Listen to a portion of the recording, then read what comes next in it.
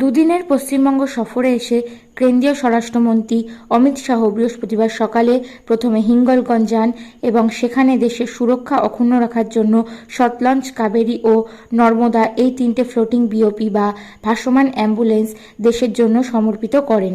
ঘড়ির কাঁটায় ঠিক তখন দুপুর 1টা। বনগাঁ পেট্রাপোল সীমান্তে কালিয়ানীতে হেলিকপ্টারে অবতরণ করেন তিনি। এরপর কালিয়ানী থেকে রাস্তা ধরে বিএসএফের হরিদাসপুর 158 নম্বর ব্যাটালিয়নে আসেন। সেখানে মৈত্রী মিউজিয়ামের শিলান্যাস করেন এবং প্রহরী সম্মেলনে সেনা জওয়ানদের অভিনন্দন জানিয়ে বক্তব্য রাখেন। প্রসঙ্গত, মৈত্রী মিউজিয়ামে বাংলাদেশের স্বাধীনতা সংগ্রামী যুদ্ধের সময় ভারতের ভূমিকা নিয়ে যে সমস্ত তথ্য, স্মৃতি ও ছবি রয়েছে সেগুলোকে সংরক্ষিত রাখা হবে। মূলত অমিত শাহ বিএসএফের উচ্চ আধিকারিকদের সঙ্গে সীমান্ত সমস্যা নিয়ে আলোচনা করেন। চোরাচালান ও অনুপ্রবেশ কিভাবে বন্ধ করা যায় তা নিয়েও তিনি আলোচনা করেন। কেন্দ্রীয় জাহাজ প্রতিমন্ত্রী শান্তনু ঠাকুর, সাংসদ নিশীথ প্রামাণিক ও বিজেপি রাজ্য সভাপতি সুকান্ত মজুমদার সহ বিরোধী দলনেতা শুভেন্দু অধিকারী, বিধায়ক সুব্রত ঠাকুর, অশোক কীর্তনিয়া এবং স্বপন মজুমদার এই অনুষ্ঠানে উপস্থিত ছিলেন। সাংসদ শান্তনু ঠাকুরের দাবি, শুধুমাত্র অফিসিয়াল অনুষ্ঠানের জন্যই তিনি এসেছিলেন, অন্য কোনো বিষয় নিয়ে আলোচনা হয়নি। সিএএ নিয়েও কোনো কথা হয়নি, তবে সিএএ 2024-এর মধ্যেই চালু হবে। মৈত্রী মিউজিয়ামের ভিত্তিপ্রস্তর স্থাপন করে প্রহরী সম্মেলনে অমিত बीएसएफ या तो किसी बॉर्डर गार्डिंग फोर्स की कार्यक्रम में जाता हूं और जवानों को मिलता हूं तो हमेशा के लिए एक नई ऊर्जा और चेतना प्राप्त कर वापस दिल्ली जाता हूं, क्योंकि आप लोगों का जज्बा जो कठिन से कठिन परिस्थिति में, चाहे राजस्थान और कच्छ का रेगिस्तान हो, कच्छ की क्रीक हो, या आज मैंने देखा सुंदरवन जहां 3 नदियों का डेल्टा एरिया है, वहां मगरमच्छों के बीच घुसपैठ और तस्करी रोकने के लिए 24 घंटे की आपकी निगरानी है। ये जो जज्बा और ये आपका जुनून है वो पूरे देश को सुरक्षित रखता है। पूरा देश आज मोदी जी के नेतृत्व में आगे बढ़ रहा है, हर क्षेत्र में आगे बढ़ रहा है। इसका महत्वपूर्ण कारण हमारी सीमाएं सुरक्षित है और मैं गर्व के साथ जहां जहां देश में जाता हूं वहां कहता हूं कि देश के गृह मंत्री के नाते मैं चैन की नींद इसलिए सो पाता हूं कि बीएसएफ का मेरा जवान बॉर्डर पर खड़ा हुआ 24 घंटे देश की सुरक्षा। मित्रों, आप सभी अभिनंदन के भी अधिकारी है और देश की जनता के और से मैं आपका बहुत बहुत आभार भी व्यक्त करना चाहता हूं आप लोगों को।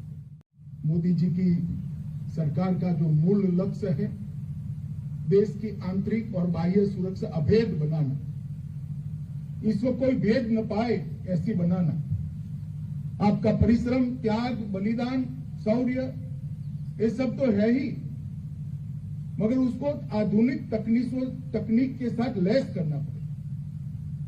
दुनिया भर में जो आधुनिक से आधुनिक तकनीक हमारे पास उपलब्ध है बॉर्डर गार्डिंग के लिए, बॉर्डर की सुरक्षा करने के लिए, उससे हमारी बीएसएफ को उपलब्ध कराना। इसी के तहत आज सतलुज, कावेरी और नर्मदा ये 3 फ्लोटिंग बीओपी को राष्ट्र को समर्पित किया गया।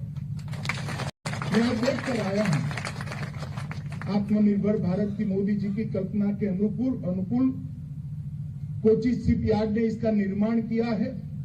38 करोड़ की कॉस्ट की एक बीओपी जिसका वजन लगभग 53,000 मेट्रिक टन, और ये बीओपी सभी आधुनिक सुविधाओं से लैस है, सुरक्षा उपकरणों से लैस है और जवानों को अंदर कम से कम तकलीफ पड़े इस प्रकार की सारी सुविधाओं की भी चिंता है। उसके अगले हिस्से को बुलेट प्रूफ भी बनाया गया है, जिससे अंदर बैठे हुए जवानों को सामने से अगर गोलीबारी होती है तो इसकी सुरक्षा हो। अंदर भरपूर खाने पीने की चीजें और पीने के पानी की व्यवस्था भी की है और 1 महीने तक पेट्रोल और डीजल नया लिए बगैर 3 डीजी सेट के साथ ये बीओपी तैरती रह सके, इतनी अत्याधुनिक बीएसपी आज राष्ट्र को दी। আমাদের স্বাধীনতার পরে ভারতবর্ষ বাংলাদেশের যে ভূমিকা ছিল, তারপরে ৭১-এ ভারতবর্ষের যে ভূমিকা ছিল বাংলাদেশকে স্বাধীন করবার পিছনে, সেটা নিয়ে একটা বৃহত্তর একটা চিন্তাভাবনা হয়েছে, একটা মিউজিয়াম হতে চলেছে। সেটাই মাননীয় প্রধান গৃহমন্ত্রীজি এসে সেটাকে করলেন, ইনগ্রেট করলেন। সিএ ইমপ্লিমেন্ট করা নিয়ে কোনো আলোচনা হলো? আর সিএ তো হবেই, ২৪-এর আগে সিএ হচ্ছে, আপনারা কনফার্ম থাকুন। হ্যাঁ। আজকে কি বললেন উনি? এ ব্যাপারে আজকে তো কথা নয়, আজকে যে পারপাস, অফিসিয়াল পারপাস উনি এসছেন সেটা হচ্ছে সিএ নিয়ে। আমার সঙ্গে আলাদা করে কথা হচ্ছে, সিএ হবে। আপনারা তো বনগাঁর মাটিতেই প্রথম অমিত শাহ এলেন, আপনারা সবাই ছিলেন, বিধায়করা ছিলেন, আমরা কথা হয়নি কোনো। বনগাঁর মাটিতে তো উনি প্রথম এলেন না, ঠাকুরনগরে এসে উনি সভা করে গেছেন এর আগে। এখানে উনি আজকে এলেন, অবশ্যই আমাদের সঙ্গে সিএ নিয়ে কথা হয়েছে, ওনার আলাদাভাবে হয়েছে। আজকের দিন অফিসিয়াল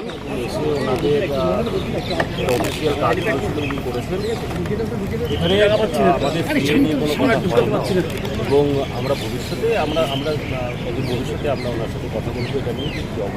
দুদিনের সফরে এসেছেন, আরো দেখা হবে কি এটা নিয়ে উত্থাপন করবেন আপনারা এখানে? এটা নিয়ে তো আপনারা দীর্ঘদিন ধরে আন্দোলন করছেন সিএ কার্যকরী করার ব্যাপার নিয়ে। দেখুন, এটা অবশ্যই আমরা কথা বলবো, সময় সুযোগ আসুক এবং ওনাকে আলাদাভাবে ওনার সাথে বসে যে কী পরিস্থিতি আছে এবং কী করবে। কারণ লাখ লাখ কোটি কোটি মানুষের যেটা ইচ্ছে এবং চাহিদা এবং তাদের এটা বেসিক নিড, যেটা সবার আগে যে সিএটা কার্যকরী করা, কার্যকরী করলে এই মানুষগুলো যে একটা অনিশ্চয়তার মধ্যে কিন্তু সিএ নিয়ে কথা বললেন না। করোনাকালের তো জন্য পিছিয়ে রাখা হয়েছিল, কিন্তু করোনা কাল তো কেটে গেছে, কিন্তু এখনো তো ইমপ্লিমেন্ট হচ্ছে না, একটা হতাশা তো কাজ করছে। তাহলে কি আপনি ইস্যু থেকে ঘুরে যাচ্ছেন? দেখুন, রুলস বেরোনোটা শুধু বাকি, সিএটা অলরেডি